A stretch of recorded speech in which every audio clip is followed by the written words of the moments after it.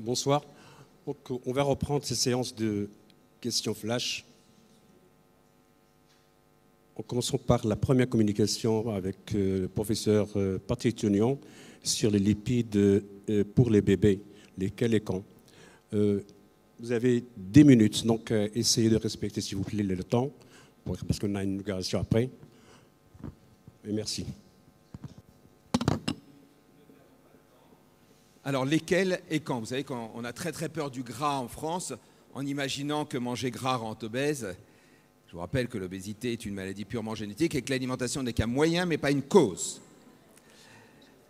Alors, le gras, c'est très bon pour les enfants. La preuve, c'est que dans le lait de mère, 50% des apports énergétiques sont sous forme lipidique.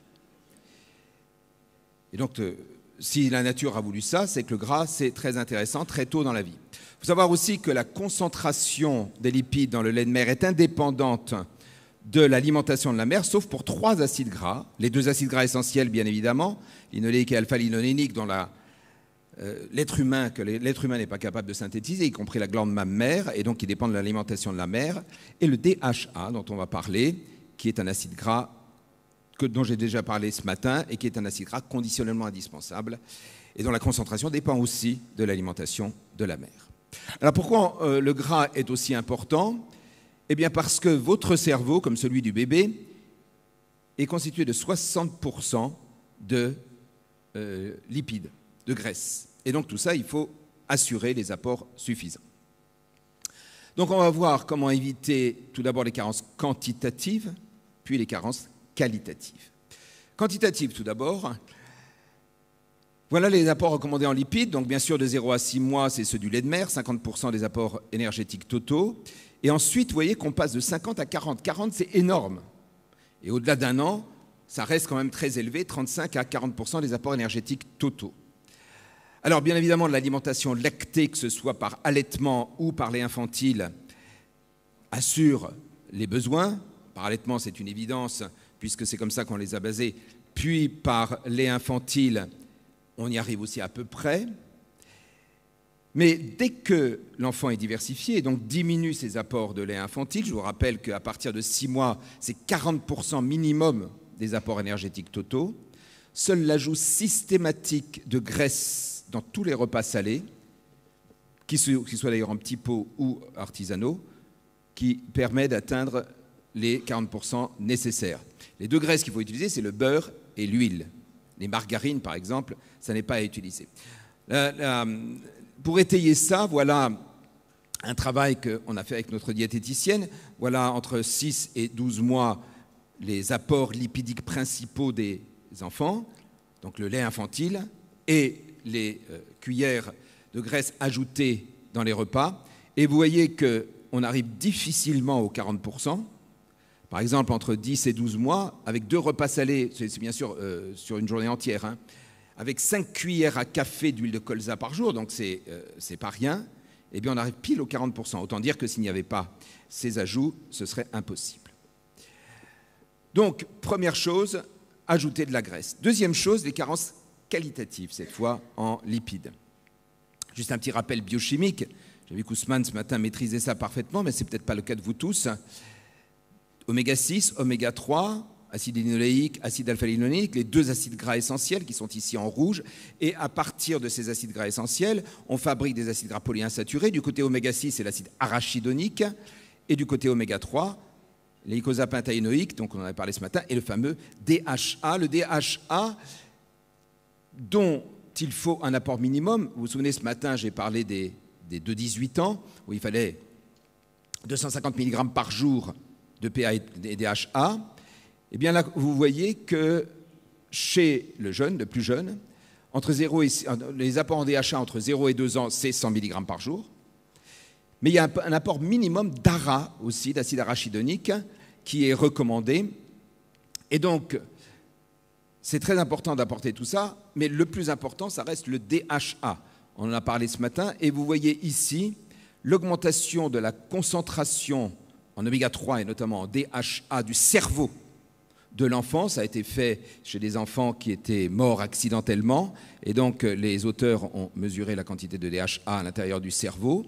Et comme vous pouvez le constater, avant la naissance, vous voyez, on a moins 3,5, donc c'est 3 mois et demi avant la naissance, donc in utero, on a une augmentation assez importante du DHA qui continue au cours des 2 premières années de la vie.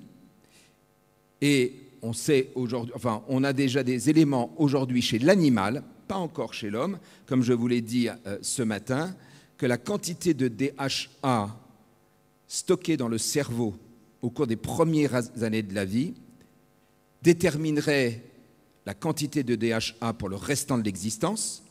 Agnès est là aujourd'hui, enfin tout cet après-midi, et c'est à peu près la même chose pour le calcium. On fait le stock de calcium au cours des premières années de la vie lors de la croissance osseuse, et ensuite, il y a une déminéralisation physiologique inéluctable. Là, c'est à peu près pareil. Et donc, l'importance énorme de donner suffisamment de DHA très tôt dans la vie.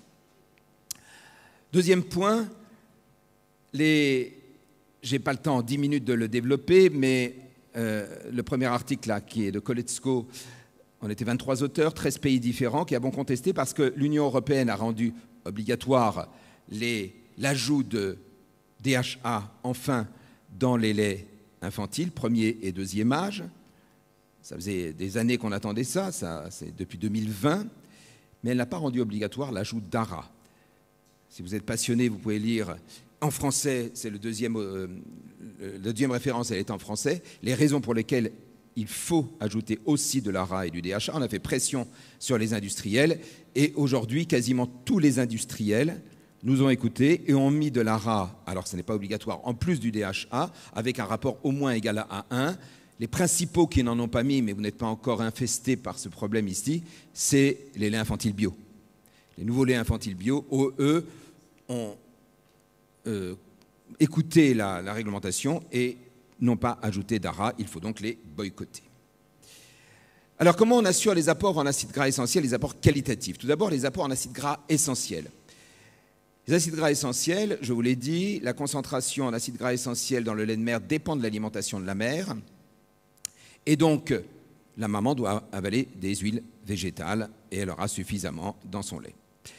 Si maintenant l'enfant n'est pas allaité, voilà les volumes moyens français, en prenant la moyenne française, qu'il faudrait ingérer pour assurer les besoins en acides gras essentiels, la totalité des besoins en acides gras essentiels. Alors le lait premier âge, ça ne pose pas de problème, 580 ml, mais regardez, il faut 820 ml de lait deuxième âge. Alors bien évidemment, plus c'est riche en acides gras essentiels, moins il en faut.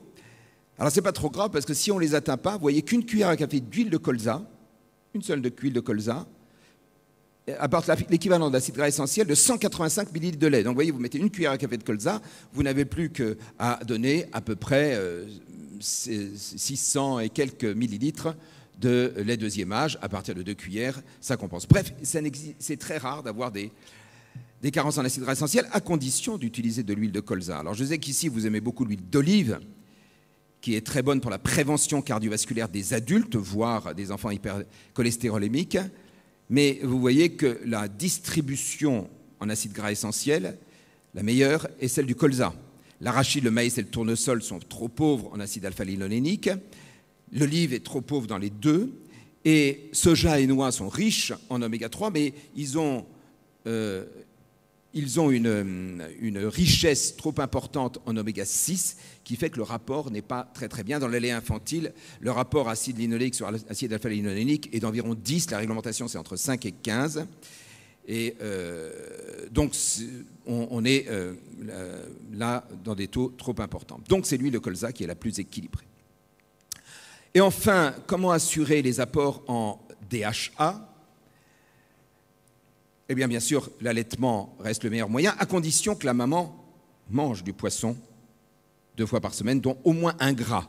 Les végétaliennes qui ne consomment pas de poisson, vous voyez qu'elles ont des taux de DHA extrêmement bas dans le lait de mère, ce qui, bien sûr, a des conséquences neurologiques.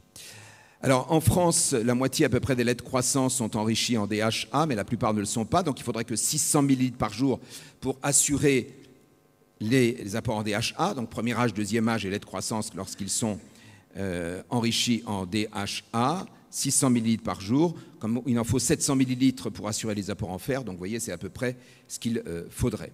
Et sinon, c'est toujours la même chose, 1 à 2 portions de poisson gras par semaine suffisent à assurer, donc une fois par semaine, on donne du poisson gras. Et donc, c'était en 10 minutes, hein, donc il fallait aller vite. Donc les 3 messages principaux à retenir. 1. Ajout systématique de graisse, beurre ou huile dans tous les plats salés du nourrisson pour assurer les besoins quantitatifs en lipides. 2. Des besoins en acides gras essentiels et en DHA qui sont assurés par le lait deuxième âge. Il en faut au moins, vous avez vu, 600 ml en ajoutant de l'huile de colza. Je vous rappelle que c'est 700 ml qu'il faut en moyenne pour assurer les apports en fer, donc on y est, entre 6 et 12 mois. Et à partir de l'âge d'1 an, il faut privilégier les rares, à l'air de croissance enrichis en DHA, ou sinon on compense par 1 ou 2 portions de poisson par semaine. Et donc, vous connaissez le slogan, on ne mange pas trop gras, trop sucré, trop salé. Aujourd'hui, très clairement, les enfants ne mangent pas assez gras.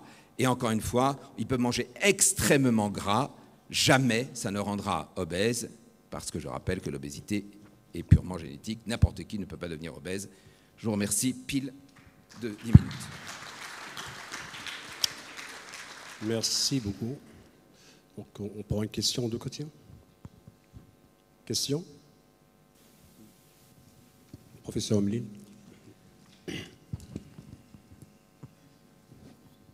Merci beaucoup pour tous ces éclaircissements. Je voulais savoir, est-ce que vous avez comparé l'huile de colza à l'huile d'argan? L'huile d'argan, bon, nous on mange l'huile d'olive du sud du Maroc vers le nord, et du centre vers le nord, et du centre vers le sud, beaucoup d'huile d'argan, quoiqu'elle est devenue chère, mais l'huile d'argan, elle est riche en acides gras essentiels. Mais je n'ai jamais vérifié la quantité par rapport à l'huile de colza. Ce serait intéressant pour nous de puiser dans nos huiles qu'on utilise quasi quotidiennement. C'est une excellente question, je ne sais pas y répondre, mais je vais aller vérifier.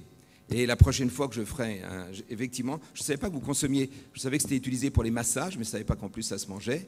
Et donc, je vais aller voir, je ne sais pas quelle est la quantité d'acide gras essentiel dans l'huile d'argan, mais je vous assure que je vais aller voir, c'est effectivement très intéressant.